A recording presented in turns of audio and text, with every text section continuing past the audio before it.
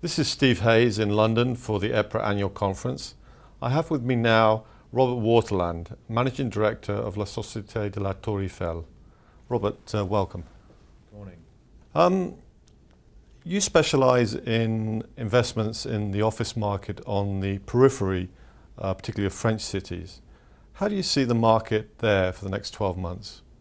Well, clearly the market is very lackluster across the board, but within that context and what's happening in the world at large today and the economic recession that we're facing, cost cutting is the major motivation for people to move, and particularly what we do, which is peripheral offices which are economic and hopefully environmentally friendly and sustainable.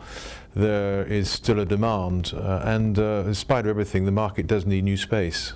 So we're trying to move forward, and we think that very much the peripheral markets have a role to play in this environment. And what about business parks? Is that the same situation? Well, our involvement in the business parks in the provinces is very much reliant on the fact there's been a catch-up situation in the service industry in the regions compared to central Paris. And there's a cultural change. People want to be in a very acceptable environment. It's easy to school children. Housing is cheaper, and people want to drive to and from the office. And they want to be in a definable premises where they have their name on the building and they have an identity. And as an extreme, rather than being lost in 2 floors in a tower building, for example. But isn't it true in volatile and uncertain economic times like this that people tend to return to the core, to prime markets, and not the peripheral, more secondary markets? Well, I think that's a question of stages within the cycle. Certainly when rents fall in the core areas, there are a category of client who would take advantage of that to come back into the core when they couldn't afford normally. But I think for companies in the long haul, I mean, our clients are huge industrial companies, the Thalases, the SFRs, the Totals of this world, and they are looking for a long-term solution and a durably economic location. How do you see the situation for the French listed sector generally, and how has that market developed since REITs were introduced into France? Well, you know, of the new REIT regimes, the French regime has probably been first of all, it's the most user-friendly, it's the most attractive, and it has been probably the most successful. We were looking at the figures together earlier on, and the market capitalization has gone from about 16 billion to 50 billion over the 5 or 6 years that the regime has existed.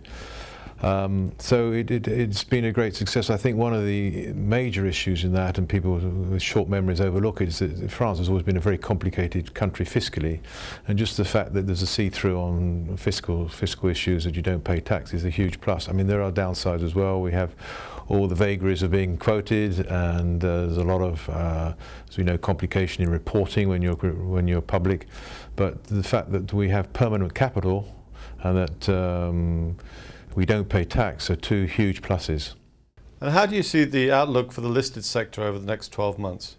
Well, I think there will be an element of consolidation. One of the issues is that a number of companies were, obviously with the introduction of the SIIC regime in 2004, since several young companies have come on board, and with the current capital markets being what they are, it's very difficult for those companies to grow. And in terms of the quoted sector, you do need to have a minimum of critical mass. So we expect there to be some consolidation, and in fact it has started with the number of deals which are fairly well known within the public domain. And how about Tour Eiffel? How do you see the drivers for your own company in the next 12 months? Well, we're in a situation where the market is obviously very difficult. Capital is difficult to raise because we have a discount to NAV. Bank finance was getting easier until the latest hiatus on the market, so we don't know what that's going to be going forward. We have a number of small developments online which we hope to deliver into a very undersupplied market.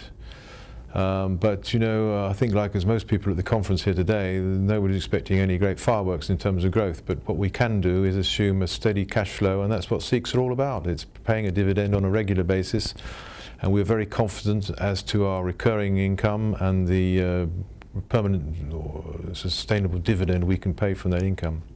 Robert, thank you very much. Thank you. For this and other industry interviews, please go to epra.com and REIT.com.